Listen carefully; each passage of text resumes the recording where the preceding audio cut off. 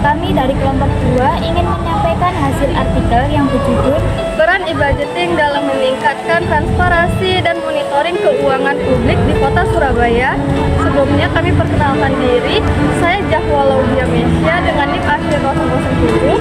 Saya Nisa Rahmawati dengan NIM akhir 018. Pada kesempatan kali ini saya akan menjelaskan materi mengenai peran e-budgeting dalam meningkatkan transparansi dan monitoring keuangan publik di Kota Surabaya. Tema ini penting untuk dibahas karena di era digital saat ini pemerintah dituntut untuk bekerja lebih transparan, terbuka, dan bertanggung jawab dalam mengelola anggaran daerah. Di masa sebelumnya, proses pengelolaan APBD masih dilakukan secara tertutup sehingga menimbulkan berbagai permasalahan.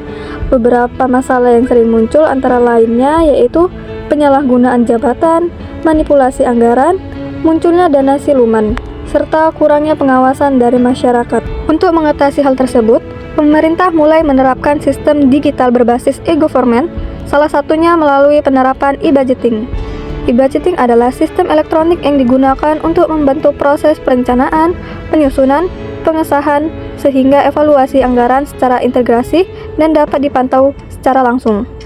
Penelitian ini dilakukan dengan tujuan untuk mengetahui bagaimana penerapan e-budgeting dapat meningkatkan transparansi keuangan publik, memperkuat proses pengawasan anggaran, dan mendukung terciptanya tata kelola pemerintah yang lebih baik di Kota Surabaya.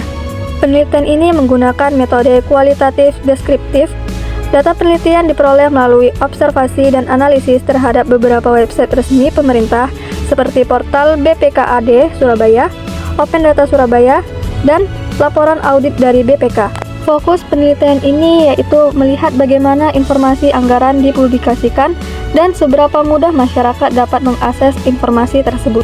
Hasil penelitian menunjukkan bahwa penerapan e-budgeting di Kota Surabaya memberikan dampak positif terhadap transparansi anggaran daerah.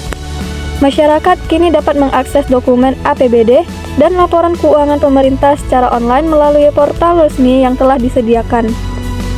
Dalam sistem e-budgeting terdapat dua fitur penting, yaitu looking system dan audit trail. Looking system digunakan untuk mengunci data anggaran yang telah disetujui agar tidak dapat diubah secara sembarangan.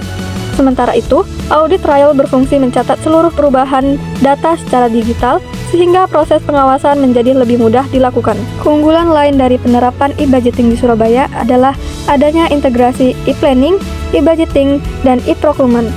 Integrasi tersebut membuat proses penganggaran menjadi lebih terhubung, mulai dari terhadap perencanaan sehingga pelaksanaan program pemerintah.